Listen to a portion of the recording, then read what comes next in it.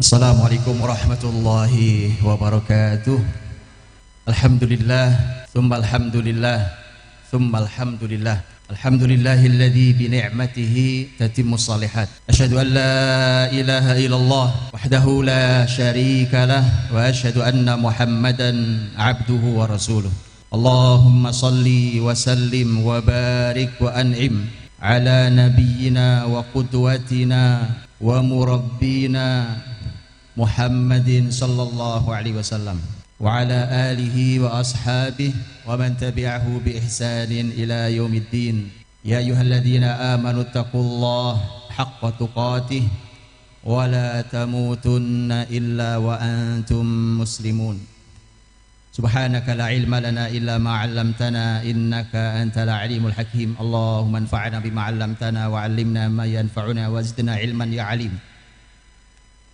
Amma ba'd, pada guru-guru saya yang dimuliakan Allah SWT, para seluruh al-ab ar-ruhi, al-um ar-ruhiyah. Dalam pendidikan, guru adalah merupakan orang tua spiritual bagi seluruh murid-muridnya. Saya ingin mengucapkan tahniah untuk semua para guru, siapapun yang peduli pada generasi ini, siapapun yang telah mengerahkan seluruh tenaga, waktu, potensi, kekuatan, pikiran dan semua hal dalam hidupnya untuk membangun generasi ini. Saya persembahkan satu kalimat luar biasa dari penyair besar Ahmad Syauqi rahimahullah ta'ala untuk para guru. Beliau mengatakan, qum lil muallimi waffihi tabjila kadal muallimu an yakuna rasula a'alimta ashrafa au ajalla minalladhi yabni wa yunshi'u anfusan wa uqula qul lisyababi burika gharsukum danatil qutufu wa dhullilat tadlila. Bangun, berdiri, berikan penghormatan kepada semua muallim, pada semua guru, karena nyaris saja guru adalah Rasul. Pernahkah Anda melihat ada orang yang lebih mulia dan lebih agung dibandingkan orang yang mampu membangun dan menumbuhkan jiwa dan akal? Katakan pada semua pemuda, telah diberkahi tanaman kalian dan telah dekat masa panen yang dimudahkan untuk kalian. Persembahan saya untuk para pendidik, para guru, para orang tua spiritual buat seluruh santri-santri kita. Dan hanian li jami'it talabah wa talibat, di pertemuan yang luar biasa membahagiakan di haflah at-takharruj di Ma'had tercinta kita, Ma'had Husnul Khotimah. Untuk para santri, selamat telah menempuh perjuangan yang sesungguhnya dalam Islam dimaknai sebagai al-jihad fisabilillah. Karena sepanjang kita masih menuntut ilmu, kita masih dianggap fisabilillah sampai kita pulang ke rumah kita masing-masing. Dan tentu yang didapat dari Husnul Khotimah adalah merupakan sebuah awalan untuk sebuah perjalanan lanjutan yang lebih istimewa dalam karya-karya yang nyata. Dan juga untuk para orang tua, wali murid di rumah masing-masing yang menyaksikan bahagia, saya turut berbahagia. Semoga inilah generasi yang selama ini kita panjatkan dalam doa kita, Rabbana hablana min azwajina wa dzurriyyatina qurrata a'yun waj'alna lil muttaqina imama. Saudaraku dirahmati Allah Subhanahu wa taala, satu hal yang membahagiakan saya bisa berdiri di sini di hadapan para guru-guru saya, para murabi-murabi saya. Jazakumullah tamal jaza atas kehormatan ini. Dan inilah agama kita. Tidak ada agama yang bangunannya adalah bangunan ilmu melebihi agama ini. Ketika kita memulai dari awal kata yang diperdengarkan Allah kepada ke telinga Rasulnya adalah Iqra. Dan itu adalah merupakan satu bukti yang nyata yang luar biasa. Bayangkan Nabi kita, Nabi Al-Ummi, An-Nabi Al-Ummi, bahkan tercatat sejak di Taurat dan Injil, alladzi yajidunahu maktuban indahum fit Taurati wal Injil, tercatat sebagai Nabi yang ummi. Tapi anehnya kata pertama yang diturunkan, saking wajibnya tema ini, Iqra. Iqra ya Muhammad, baca. Maka agama ini adalah agama ilmu. Sehingga kalau mudah membacanya, kalau mau bicara tentang sebuah kebangkitan peradaban, mudah membacanya. Bacalah keadaan di generasi muda muslim, seberapa mereka mencintai baca. Sepanjang itu belum dilakukan, maka pembicaraan tentang kebangkitan, pembicaraan tentang peradaban yang harus segera diambil alih oleh muslimin baru pada tataran diskusi, wacana, bahkan mungkin khayalan. Karena tidak ada kebangkitan Islam. Demi Allah, tidak pernah ada kebangkitan Islam ini tanpa membaca. Bacalah sepanjang peradaban Islam, bahwa membaca itu adalah merupakan kecintaan muslimin.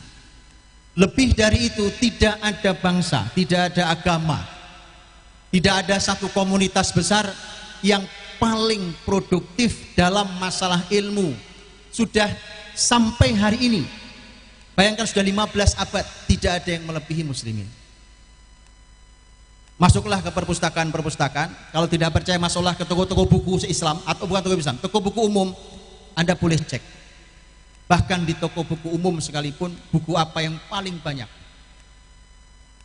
Karena muslimin selalu produktif, apalagi kalau kita masuk ke dalam perpustakaan-perpustakaan.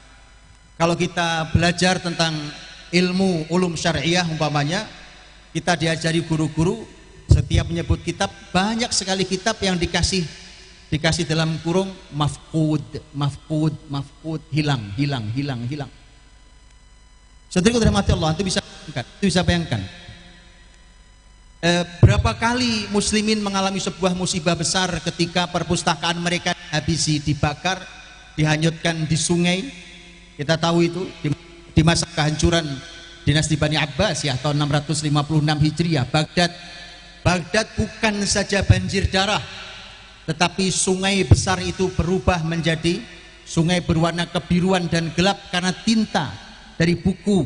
Sungai selebar dan sedalam itu, buku-buku dipakai untuk jembatan oleh orang-orang Mongolia yang memang sangat barbar dan tidak mengerti peradaban. Dan itu bukan satu-satunya peristiwa. Bagaimana buku-buku Islam juga dibakar di berbagai wilayah. Saudaraku dirahmati Allah, banyaknya buku yang hilang, buku yang tersisa saja dari muslimin itu ternyata cukup untuk memandu Eropa dan Amerika untuk bangkit seperti hari ini. Hanya sisa buku muslimin. Padahal mereka memerlukan lebih dari 250 tahun, itu berapa generasi, untuk bisa memahami buku-buku muslimin dan mengawal mereka menuju kebangkitan seperti yang mereka pimpin hari ini. Dan ketika bumi sudah mulai berteriak mengeluh tentang keadaan rusak, maka demi Allah tidak ada yang bisa menyelamatkan kecuali muslimin dengan kitab-kitabnya. Karena ini adalah agama dengan peradaban ilmu. Maka saudariku dirahmati Allah Subhanahu wa taala, tinggal masalahnya adalah kalau kita membaca saja tidak, maka bagaimana kita menggerakkan pena kita? Karena dalam surat Al-Alaq yang kita tahu, kata Iqra itu mendahului kata Al-Qalam. Iqra bismi rabbikal ladzi khalaq, khalaqal insana min 'alaq, Iqra wa rabbukal akram alladzi 'allama bil qalam. Menurut riwayat Abdullah bin Abbas radhiyallahu anhuma, walaupun hadis didhaifkan oleh banyak para ahli Al-Qur'an, bahwa yang turun setelah surat Al-Alaq 1 sampai 5 adalah surat Al-Qalam. Al-Qalam, pena. Muslimin tidak mungkin jauh dari pena. Tapi orang mustahil orang bisa menulis tanpa banyak membaca. Karena itulah urutannya. Jadi kalau santri-santri husnul khotimah tidak terlalu minat dengan baca buku, maka artinya kebangkitan umat ini tidak di tangan kalian. Itu artinya sebaliknya adalah siapapun di antara kita yang cinta dengan buku, rajin membaca buku, maka selamat. Maka Anda adalah bagian dari batu bata terbaik di kebangkitan umat ini. Saudaraku dirahmati Allah Subhanahu wa taala. Dan itulah yang bisa kita saksikan di sepanjang peradaban Islam. Bahwa ilmu muslimin itulah yang mengawal seluruh bangsa, seluruh umat. Bahkan muslimin adalah bangsa dan agama yang tidak pelit dalam mengajarkan ilmu. Tidak pelit. Disebutkan dalam sejarah, salah satu lulusan kampus terbaik di dunia saat itu yaitu Cordoba, Andalus ya. Salah satunya begitu dia pulang menjadi paus di Italia. Muslimin tidak pernah memaksa dia untuk pindah agamanya. Maka sungguh jahat siapapun yang menuduh muslimin teroris. Wallahil adzim, sangat jahat. Muslimin pernah meluluskan paus Italia. Sangat jahat mereka yang mengatakan muslimin teroris. Nama agamanya saja Islam. Assalam. Kedamaian, perdamaian. Kita senang, kita cinta dengan kedamaian. Teror bukan agama kita.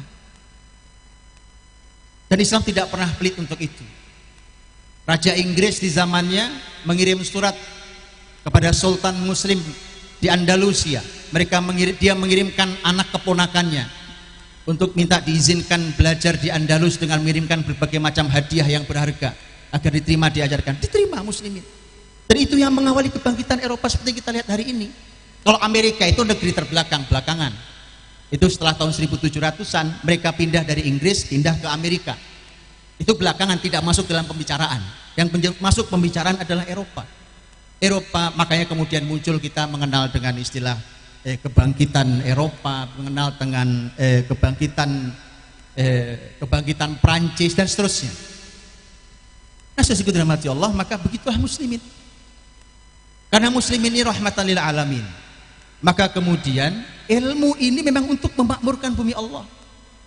Allah ciptakan kita dan Allah pula yang meminta kita untuk kita makmurkan bumi ini. Wasta'marakum fiha. Allah minta kita makmurkan bumi ini. Karenanya muslimin memakmurkan bumi ini. Jadi kalau ada yang merusak, jelas itu bukan perintah Allah Subhanahu wa taala. Bahkan Allah melarang wala tufsidu fil ardi ba'da islahiha. Jangan pernah rusak bumi. Kalau bumi berlubang, kalau masalah terjadi di bumi ini, kalau ketidakseimbangan terjadi di lingkungan kita, jelas itu bukan Islam. Jelas bukan Islam.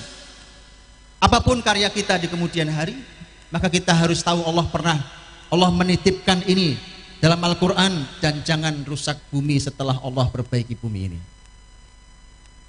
Maka teman-teman saudaraku dirahmati Allah Subhanahu wa taala, kedermawanan muslimin terhadap ilmu itulah yang membuat siapapun tidak pernah dipaksa.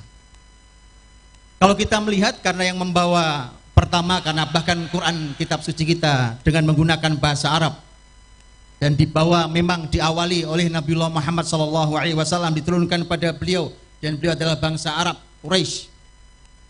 Ketika kita membahas itu, maka tidak aneh kalau kemudian sebagian bangsa yang tadinya bukan Arab, kemudian dia terima Islam, kemudian dia berubah menjadi bahasa Arab. Tapi tidak selalu begitu.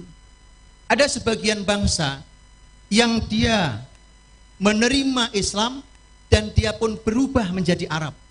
Karena disebut Arab, orang-orang para ahli bahasa Arab mengatakan yang namanya Arab bukan bangsa, tapi Arab adalah lisan. Siapapun, teman-teman semua yang mampu berbahasa Arab dengan baik, maka Anda Arab. Kalau Indonesia bangsa, tapi para ahli dalam ahli Islam mengatakan bahwa Arab bukan bangsa, tapi bahasa. Dan masyarakat, umpamanya masyarakat di Afrika bagian utara adalah masyarakat yang sampai hari ini bahkan mereka masih berbahasa Arab, padahal aslinya mereka tidak berbahasa Arab. Artinya mereka menerima Islam sekaligus mereka menerima bahasanya. Tapi tidak selalu begitu. Ada bangsa yang menerima agamanya, menerima Islam, tapi tidak berubah menjadi bahasa Arab. Bahasa tidak berubah. Contohnya negeri ini, negeri mulia ini, diterima Islam di sini. Bahkan hari ini menjadi penduduk dengan jumlah penduduk muslim terbesar di dunia. Tapi di sini kita tidak menggunakan bahasa Arab sebagai bahasa utama kita. India, wilayah sekitar India, Pakistan dulu adalah wilayah India besar. Mereka melahirkan para ahli ilmu, para ulama, tetapi mereka tidak berbahasa Arab, dan mereka muslim. Ada sebagian bangsa yang mereka tidak menerima Islam, juga tidak menerima bahasa Arab, dan tidak masalah. Masyarakat Kildaniyin, Asyuriyin di Irak, mereka tidak terima Islam, mereka juga tidak mau berbahasa Arab, tapi mereka bisa hidup nyaman di peradaban Islam. Jadi saudaraku dirahmati Allah SWT, begitulah makna rahmatan lil alamin itu. Jadi saya berharap kata-kata ini tidak dijadikan pasal karet kalau di undang-undang. Kalimat ini kata Qur'ani, tolong dikembalikan pada yang punya, yaitu Al-Qur'anul Karim. Kalau Al-Qur'an maka maknailah dengan cara memaknai Qur'an sebagaimana para ulama tafsir. Jangan jadikan pasal karet. Asal kita bicara tentang toleransi, kita bawa rahmatan lil alamin. Asal rasanya kita harus menghormati orang lain, kita bawa kata rahmatan lil alamin. Kenapa kita tidak berbicara sebagaimana dulu muslimin? Muslimin berhak bicara dengan siapapun. Muslimin berhak menawarkan Islam ini pada siapapun. Karena muslimin bertanggung jawab memakmurkan seluruh bumi ini. Rahmatan lil alamin. Itu rahmatan lil alamin. Abu Ja'far al-Mansur, kita tahu adalah khalifah dinasti Bani Abbas ya. Dokter-dokternya itu bukan hanya muslim, bahkan dokter-dokter istana zaman itu ada di antara mereka Nasrani, ada di antara mereka Yahudi. Dan tidak ada masalah, mereka kerja profesional. Tetapi apakah seorang khalifah Abu Ja'far al-Mansur yang muslim dan ahli ilmu kemudian membiarkan Islam tidak ditawarkan? Tidak.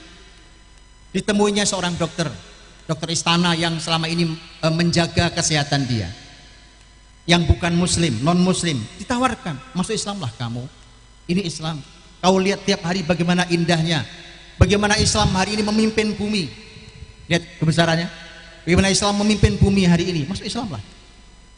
Ternyata orang itu mengatakan, saya tidak akan pernah masuk Islam. Kalaupun Anda sebutkan bahwa saya dan nenek moyang saya masuk neraka, saya akan ikut masuk neraka bersama nenek moyang saya. Kalimat kata Abu Ja'far, sudah, tidak ada masalah, selesai. Itu rahmatan lil alamin. Pertanyaannya, bolehkah kita bicara dengan cara itu hari ini? Muslimin baru kita bicara rahmatan lil alamin. Dan itulah yang dilakukan muslimin sepanjang zamannya.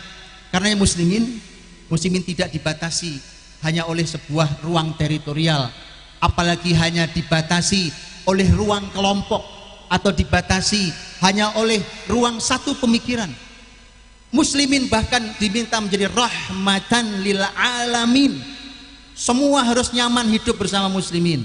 Batu, gunung, pohon, semua nyaman bersama muslimin. Bukankah Rasul kita Shallallahu Alaihi Wasallam yang menyampaikan bahwa kalau orang meninggal ada dua jenis, yang satu mustarih, yang kedua mustarah. Mustarih artinya yang meninggal, yang istirahat, dia orang baik. Nabi SAW mengatakan, al-abdul mu'min yastarihu min nasabid dunya. Orang beriman kalau meninggal sesungguhnya dia istirahat dari lelahnya dunia ini. Tetapi ada yang mustarah. Mustarah adalah kalau ada orang mati, kita yang istirahat dan senang. Alhamdulillah mati juga itu orang, kita yang senang. Nabi SAW mengatakan, al-abdul kafir awil fajir yastarihu minhul ibad wal bilad wasyajar wal hajar. Semua istirahat. Kalau orang kafir senang dosa mati, negeri istirahat, masyarakat istirahat, pohon istirahat, batu istirahat. Kita tinggal pilih apakah kita yang istirahat atau orang lain istirahat saat kita mati. Itu pilihan hidup kita. Jadi saudaraku dirahmati Allah Subhanahu wa taala, itu rahmatan lil alamin. Bahwa muslimin tidak membatasi dirinya bahkan dalam ruang-ruang sempit, karena Islam ini harus bisa dinikmati oleh siapapun. Dan budaya ilmu ini yang sesungguhnya menjadi ciri khas kebesaran Islam. Kalau kita melihat dalam sejarah, kita akan tahu bahwa perpustakaan umum, kita punya perpustakaan umum di pesantren ini, juga ada perpustakaan umum. Ide pertamanya adalah muslimin. Belum pernah ada di zaman manapun, bahkan ilmuwan Yunani yang dibanggakan oleh Eropa hari ini, atau ilmuwan negeri-negeri lain, tidak ada di antara mereka yang memiliki ide perpustakaan umum. Mengapa? Karena dahulu ilmu terbatas pada pemikir, yang pemikir itu di masyarakat adalah masyarakat marginal, masyarakat yang dipinggirkan. Mereka dianggap seperti orang gila yang sedang bicara aneh. Tapi dalam Islam kita tahu, qum lil muallimi wa fihi tabjila kadal muallimu an yakuna rasulah. Nyaris saja guru dalam Islam, ahli ilmu itu menjadi rasul. Itu Islam. Dan kita tahu Nabi kita yang mengatakan sallallahu alaihi wasallam, innal ulama warasatul anbiya. Karena itulah maka di dalam Islam ini para ahli ilmu dimuliakan dan dihormati. Walau mungkin di negeri ini belum. Saya berani katakan belum karena saya membaca sejarah. Mudah-mudahan suatu hari pun para ahli ilmu di negeri ini juga dimuliakan, juga ditempatkan di tempat yang mulia. Kalau Bapak Ibu teman-teman semua membaca dalam sejarah, kalau muncul pertanyaan begini, di semua profesi zaman kebesaran Islam dulu, ini mohon maaf nih bicaranya agak dunia sedikit, siapakah yang memiliki gaji paling tinggi? Jawabannya dulu dua. Dan yang menarik, dua-duanya adalah wilayah pengabdian dan sosial, bukan bisnis. Dua, yang satu ahli ilmu, guru, dosen kalau sekarang, dan yang kedua adalah ahli kesehatan. Dan dua-duanya wilayah sosial, ya sebagaimana yang dikenal oleh peradaban Islam. Nampaknya memang harus kita kembalikan agar para ahli ilmu kembali dimuliakan. Dengan itulah, maka kalau kita baca, maka kita akan tahu betapa dinyamankannya mereka, karena semua sadar tidak ada orang hebat di muka bumi ini kecuali hasil didikan para guru-guru yang mulia dan ikhlas itu. Di Indonesia kita diberikan sebuah ungkapan peribahasa atau ungkapan bahwa guru adalah pahlawan tanpa tanda jasa. Saya setuju, ada masalah. Ada masalah, tapi muridnya tanda jasanya sangat banyak. Ditempel di sini, apalagi kalau jenderal, di sini banyak sekali. Dengan semua gelarnya, nggak cukup di baju, di topi juga diberikan. Gurunya tanpa tanda jasa, meninggal dikuburkan tidak ada yang mengenangnya, gitu ya. Hidup di awal juga tidak dengan kemuliaannya. Teman-teman dirahmati Allah, ini merupakan sebuah bukti yang nyata bahwa sesungguhnya ilmu inilah yang membangkitkan muslimin. Bukan salah siapa-siapa, salah kita sendiri. Dr. Thariq Suwaidan di dalam bukunya Al-Andalus At-Tarikh Al-Musawwar, di muqaddimah buku itu beliau mengatakan, kata beliau seorang ahli ilmu di zaman ini, mengatakan bahwa tidaklah redup peradaban Islam kecuali ketika bersinar peradaban para artis. Itu kalimat adalah ringkasan dari kajian panjang sejarah Islam. Saya ulangi sekali lagi kalimatnya supaya kita tahu di mana posisi kita hari ini. Sepanjang kita masih menyumbang kesalahan, maka kita ikut menyumbang kejatuhan Islam. Tidaklah redup peradaban Islam kecuali ketika bersinarnya para artis itu. Wal'iyadzubillah. Antrian terjadi dengan sangat aneh kemarin lusa, aneh. Mudah-mudahan tidak ada anak husnul yang seperti itu. Mudah-mudahan, ya kan?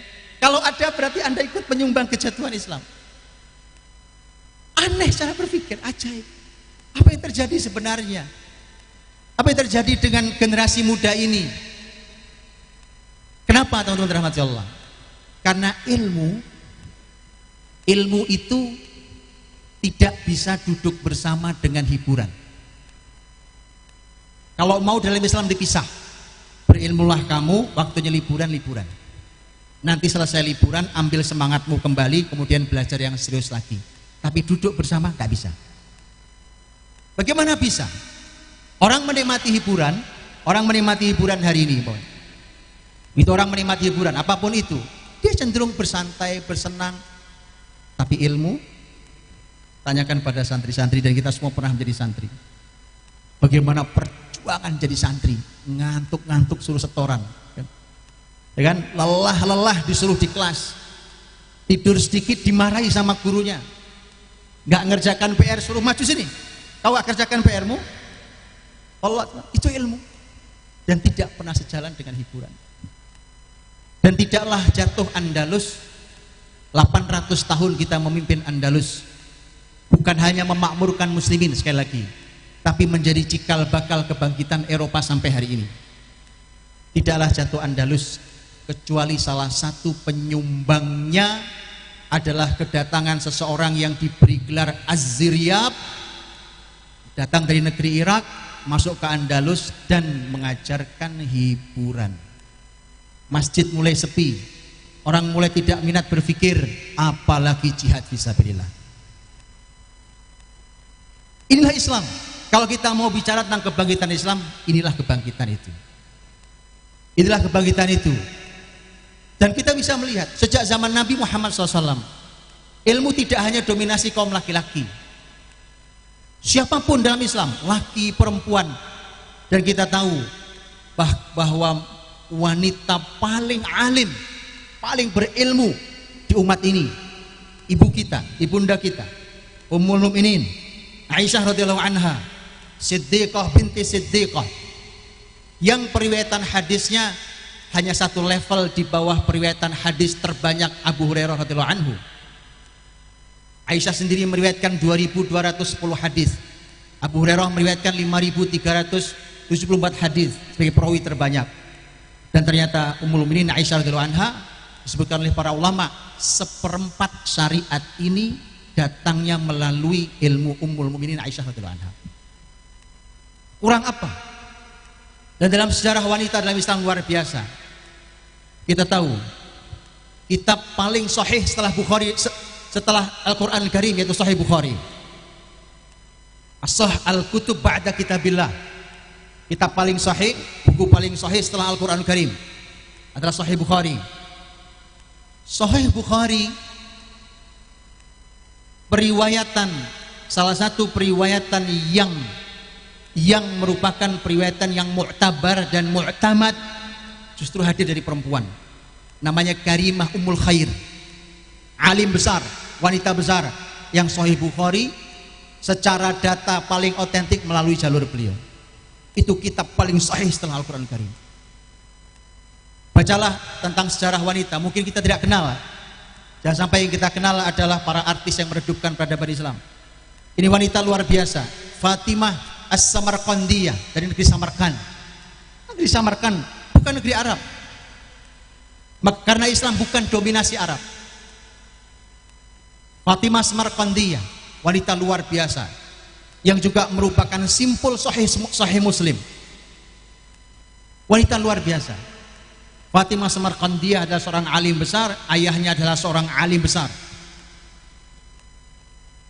Kalau kita mendengar Imam Al-Kasani yang merupakan alim besar dalam madhab Hanafi dan menulis kitab yang menjadi salah satu rujukan inti madhab Hanafi, yaitu kitab Bada'i' As-Sana'i, 7 jilid dicetaknya, itu adalah merupakan maharnya, karena dia minta nikahi saya, tapi maharnya adalah kitab menjelaskan fikih madhab Hanafi.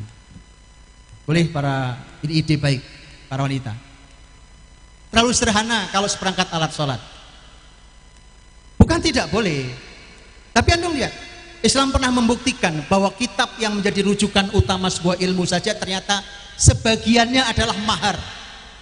Kitab Bada'i' As-Sana'i adalah mahar. Itu Islam. Itulah Islam, peradaban ilmu. Tapi hadirin dirahmati Allah, ilmu tidak bisa hanya pada batas menumpuk riwayat. Ilmu tidak bisa hanya sebatas banyak-banyakan wawasan. Tidak bisa dalam Islam ilmu itu hanya seberapa banyak jilid kitab yang sudah kita hatamkan. Karena dalam Islam ilmu dipelajari bukan dengan orientasi ilmu, tapi ilmu dipelajari dengan orientasi amal. Orientasinya adalah amal. Karenanya dikatakan dalam sebuah ungkapan seorang alim, seorang ulama zaman dahulu, mengatakan bahwa kepedulian seorang ulama, himmatul ulama ar-ri'ayah wa himmatus sufaha ar-riwayah. Ulama yang sesungguhnya kepedulian tingginya adalah ri'ayah. Ri'ayah adalah kepedulian, mengayomi, melindungi, memperhatikan semua yang ada, itu ulama. Dia peduli pada karya di lapangan, amal-amal setelah ilmu. Tapi kepeduliannya sufaha, orang-orang tidak cerdas itu, kepeduliannya adalah hanya riwayat. Bagaimana dia meriwayatkan sekian banyak ilmu dari guru-gurunya. Itu bukan ulama. Itulah mengapa kita tahu Al-Quranul Karim menyampaikan untuk kita, innama yakhshallaha min ibadihil ulama. Innama adatul hasr, kata para ulama tafsir. Allah membatasi, sesungguhnya yang memiliki rasa takut itu adalah para ilmuwan. Mestinya, dan ulama di sini bukan hanya ulama agama. Maka siapapun di santri-santri kita yang di kemudian hari adalah mereka adalah para ahli ilmu di bidang apapun, ilmu yang bermanfaat, maka mestinya dia orang yang paling takut pada Allah Subhanahu wa taala. Maka bisa kita bayangkan betapa rusaknya ilmu hari ini. Berapa banyak para ilmuwan yang mengantarkan dia pada pemahaman ateis. Mereka tak punya Tuhan. Maka alangkah tersesatnya ilmunya, walau disebut itu ilmu luar biasa. Karena innama yakhshallaha min ibadihil ulama. Para ahli ilmu lah yang paling kenal Allah Subhanahu wa taala. Para ulama, ilmu agama atau ilmu apapun yang paling paham tentang Allah Subhanahu wa taala. Maka ilmu di dalam Islam harus terlihat pada karya di lapangan. Tidak cukup hanya menghafal Quran. Menghafal Quran itu hanya step langkah pertama. Alhamdulillah, Allah muliakan ma'had kita ini. Allah muliakan para orang tua dan seluruh di antara kita. Bahkan umat negeri ini dimuliakan dengan lahirnya para penghafal Al-Quran yang diluluskan, baru saja diluluskan. Yang lain insya Allah menyusul insya Allah. Karena hadirin dirahmati Allah, menghafal Quran itu bukan supaya kita menjadi seorang ahli tafsir. Bacalah siapapun orang-orang besar dalam sejarah Islam dahulu, mereka adalah orang-orang yang memiliki hafalan Al-Quran 30 juz. Karena ini masalah, Anda punya pondasi apa untuk karya apa. Nah, saudara dirahmati Allah, maka karya-karya besar yang dilahirkan terus oleh muslimin di lapangan, itu pula yang harus kita tiru. Dan ilmu ini harus berubah menjadi amal,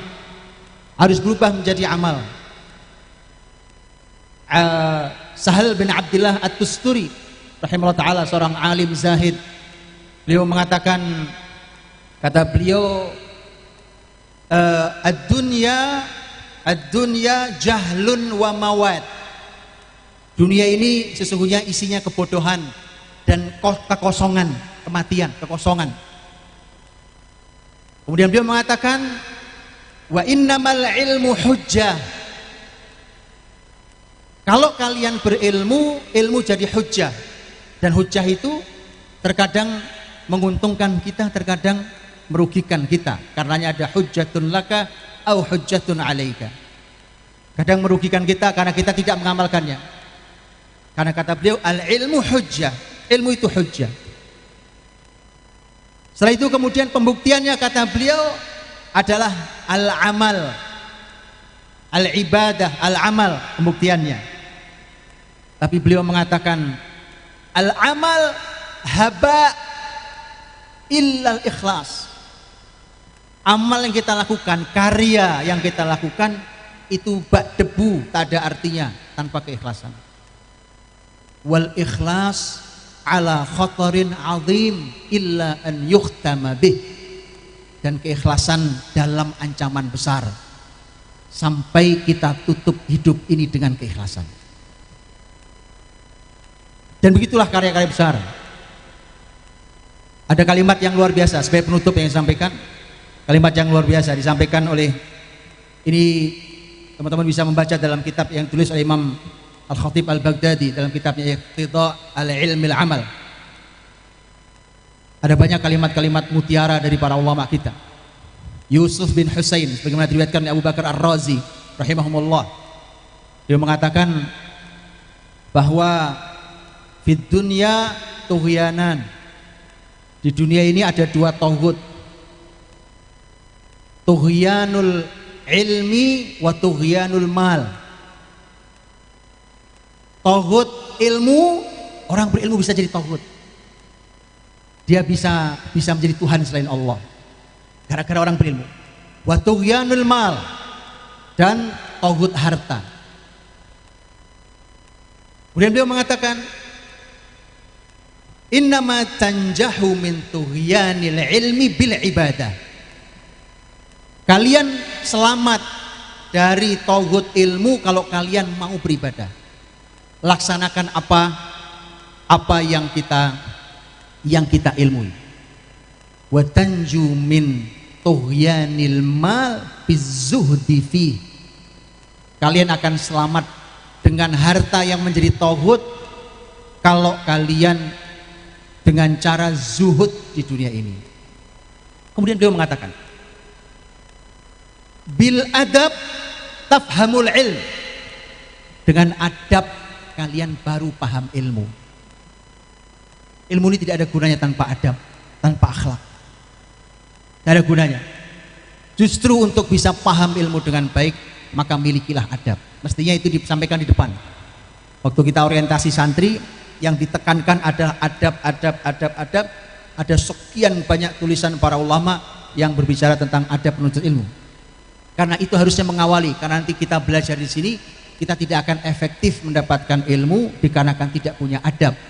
Dan itu kalimat ulama besar Abdullah bin Mubarak rahimahullah ta'ala, kadal adabu an yakuna thulutsail ilm, bahwa adab itu 2/3 ilmu. Ketika kehilangan adab, artinya kita kehilangan 2/3 ilmu. Bil adab tafhamul ilm. Dengan adab maka kita paham ilmu. Bil ilmi yasluh lakal amal.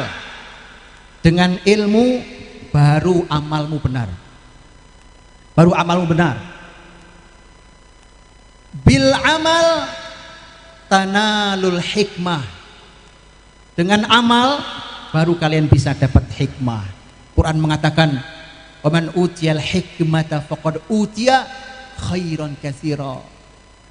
Silahkan dicek di Quran, kata khairan katsira tidak banyak. Dan ternyata di antara khairan katsira itu untuk hikmah. Hikmah bukan ilmu. Selama ini kita menerjemahkan hikmah dengan ilmu, itu salah. Hikmah adalah ilmu dan plus ilmu wa ziyadah. Dengan amal baru kalian bisa mendapatkan ilmu. Kemudian beliau mengatakan, dan dengan ilmu itulah wabil ilmi tazhadu fid dunya wa tuwaffaqulah. Dengan hikmah kalian bisa zuhud di dunia ini, dan kalian diberi Allah taufik untuk zuhud di dunia ini.